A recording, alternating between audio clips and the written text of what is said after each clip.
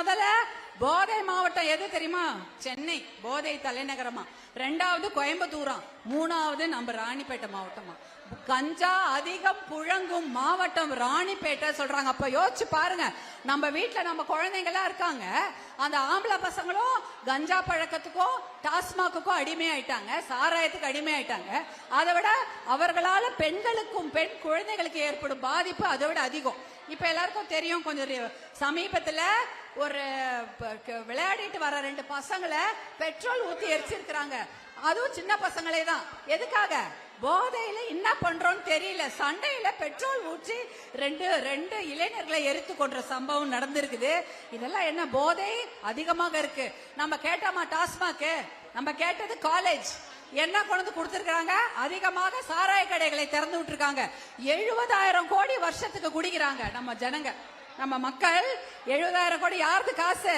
நம்ம வீட்டுல இருக்க வேண்டிய காசு.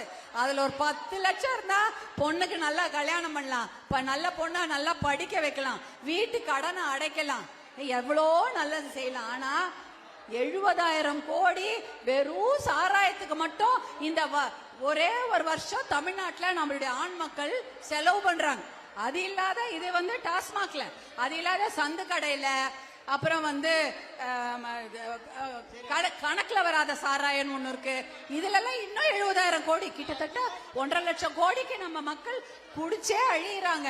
அட நான் கேக்குறேன், 70,000 கோடி தான் இந்த மக்கள் கொடுக்குது, அதுல ஒரு 500 கோடி கொடுத்த இந்த கெமிக்கல் மலையை அகற்றுங்களேன். 500 கோடி இருந்தா அந்த மலையை அகற்றிடலாமா? அந்த விஷ மலையை. ஒரு நன்றி கடன். உங்களெல்லாம் ஓட்டு போட்டு ஜெயிக்க வச்சது அந்த மக்கள் தானே. அந்த மக்களுக்கு விஷத்தையா கொடுப்பீங்க? சாராயமும் கொடுத்து அது ஒரு விஷம், அதற்கு மேல இந்த கெமிக்கல் விஷம், அந்த குரோமியம் மலைய 500 கோடி இருந்தா அந்த குரோமியம் மலைய ஒரே வருஷத்துல தவிடு பொடியாக்கி தூளாக்கி எங்கன்னா குப்பையில கொண்டு போய் கொட்டிடலாம். ஆனா இன்னும் இந்த பகுதியில் வச்சிருக்காங்க. இது கூட பண்ணவே இல்லை. இதுதான் இங்க நடந்து கொண்டிருக்கிறது. கெமிக்கல் லிமிடெட்னு ஒரு கம்பெனியை தொடங்கி 15 வருஷம் நடத்தி, அதனால இந்த மாவட்டத்துக்கு ஏற்பட்ட பாதிப்பை பார்த்து அவங்களே இந்த கெமிக்கல் கம்பெனியை மூடிட்டாங்க. ஆனா அந்த கம்பெனில இருந்து வந்த கழிவு, குரோமியம் கழிவு எங்க இருக்கு? மலையாக இன்னும் நம்மிடையே இருக்குது. 35 வருஷமா அந்த மலை, அந்த கெமிக்கல் மலை, நச்சு மலை, கழிவு மலை இந்த மாவட்டத்திலேயே இருக்கு. அதுல இருந்து ஒரு திரும்பை எடுத்து அதை காலி பண்றதுக்கு யாருமே எதுவுமே செய்யல. இந்த பக்கத்துல பெட்டிஷன் போட்டு பார்த்துட்டாங்க, போராட்டம் பண்ணி பார்த்துட்டாங்க. இந்த குரோமியம்காக போன 10 நாளுக்கு முன்னாடி கூட மருத்துவர் அன்புமணி உங்க அண்ணன் போய் போராட்டம் பண்ணாரு. நீங்க என்ன எடுக்கிறீங்களா இல்லையா அப்படின்னு சொல்லிட்டு எவ்வளோ கேள்வி. இந்த போராட்டத்துக்காக கலெக்டரை பார்த்து கொடுத்தாச்சு, மனு கொடுத்தாச்சு, விழிப்புணர்வு பேரணிகள் பண்ணியாச்சு, போராட்டம் பண்ணியாச்சு. ஆனா அந்த நச்சு மலை அப்படியே இருக்கு. அதை ஒரு துரும்ப கூட கிள்ளி எடுத்து போடவே இல்லை. இப்ப ஒரே ஒரு சின்ன உதாரணம் சொல்றேன். காலையில எல்லாரும் நம்ம ஒரு சாம்பார்லாம் செய்வோம் தானே, செய்வோமா? எவ்வளவு உப்பு போடுவோம்? அவ்வளவு போடுவோமா? ஒரு 4 பேர்னா அது ஒரு ஸ்பூன், அவ்வளவுதான், அதுக்கு மேல கிடையாது. அதே சாம்பார்ல ஒரு கரண்டி உப்பு போட்டு சமைச்சா சாப்பிட முடியுமா? ஒரு கரண்டி உப்பு.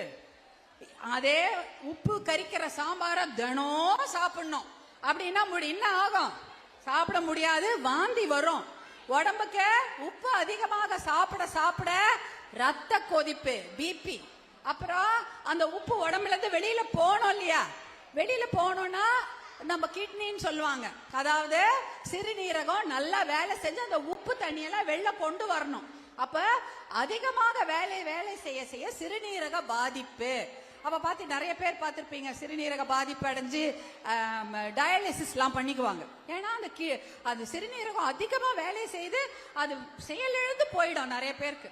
அப்ப உப்பு கரிக்கிற சாம்பார தினம் சாப்பிட்டா இதான் வரும். அதே போல சர்க்கரை, ஒரு டம்ளர் காபியில 1 ஸ்பூன் சர்க்கரை போட்டுக்கலாம், ஒரு டீல 1 ஸ்பூன் சர்க்கரை போடலாம். ஒரு கரண்டி சர்க்கரையை போட்டு குடிச்சா அது குடிக்க முடியுமா அந்த காபி டீய? அப்புறம் என்ன வரும்? சர்க்கரை வியாதி வரும், கண்ணு கெட்டு போகும், சிறுநீரக பாதிப்பு, இருதயம் எல்லாம் வரும். உப்பு சர்க்கரையோ விஷமாமா? உப்பு நல்லது தானே. சர்க்கரை நம்ம எல்லாரும் நம்ம குழந்தைங்களுக்கு கொடுக்கறோம் தானே, அது விஷம் கிடையாது, அது உணவு. அதுவே அதிகமா சாப்பிட்டா விஷம், அதானே? ஒரு உப்பே ஒரு நாளைக்கு ஒரு கரண்டி உப்பை ஒரு 10 வருஷமா சாப்பிட்டா விஷம், சர்க்கரை ஒரு கரண்டி அத 10 வருஷமா சாப்பிட்டா அது விஷமா மாறும்.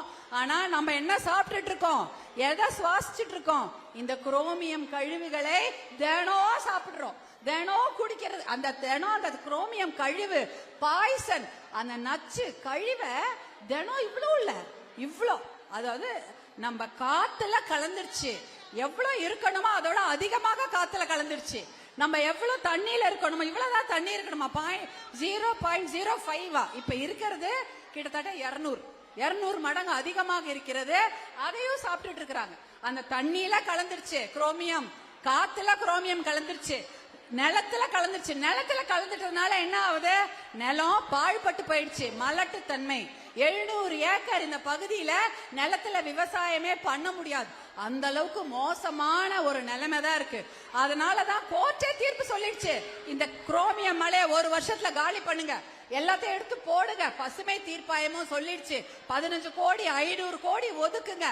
தற்காலிக தீர்வெல்லாம் வேண்டாம், நிரந்தர தீர்வு கொடுத்து இந்த மக்களை காப்பாத்துங்க, இந்த ஆற்காடு ராணிப்பேட்டை மக்களை காப்பாற்றுங்கள். 500 கோடி ஒதுக்கி அந்த குரோமியம் கழிவு மலையை அகற்றுங்கள்னு சுப்ரீம் கோர்ட் தீர்ப்பு கொடுத்தோம். இதை கண்டுக்கவே இல்லை, இந்த அரசாங்கம் அதை கண்டு கொள்ளவே இல்லை. பிளே ஸ்டோர் மற்றும் ஆப் ஸ்டோரில் இருந்து பாலிமர் செயலியை QR கோடு மூலம் பதிவிறக்கம் செய்யுங்கள். செய்திகளை உடனுக்குடன் பெறுங்கள்.